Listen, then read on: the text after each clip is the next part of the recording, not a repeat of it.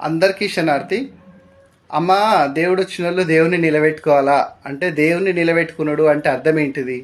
మీకు చాలామందికి తెలియదు, నేను చెప్తా వినండి.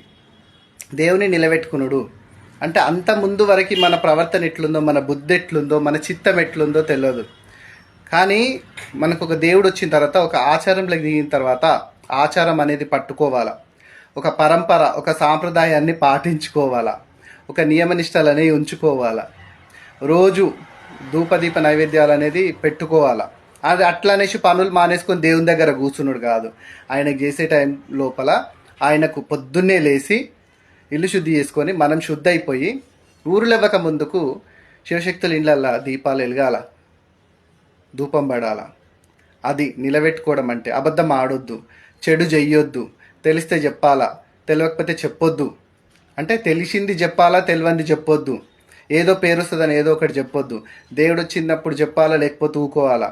ఎవరికి చెడు చెయ్యొద్దు, అర్థమైందా? చెడు చేసే మాటలు చెప్పొద్దు. సహకరించాలి, అందరికీ సహాయం చేయాలా. ఇదే దేవుని నిలబెట్టుకోవడం. మన నీతి నిజాయితే మంచిగా ఉంచుకోవాలా, గదే దేవుని నిలబెట్టుకున్నాడు. ఇక మనకు కలిసి వచ్చినప్పుడు పైసలు ఉంటే గద్దేసుకోవాలా, పండుగ చేసుకోవాలా. ఈ నియమ నిష్టలు పాటించుకున్నాడే దేవుని నిలబెట్టుకున్నాడు. ఏదో పెద్ద ఇది కాదు. సంతోషంగా దేవుని నించోబెట్టుకోండి, వారం రోజు పూజలు చేసుకోండి. సర్వే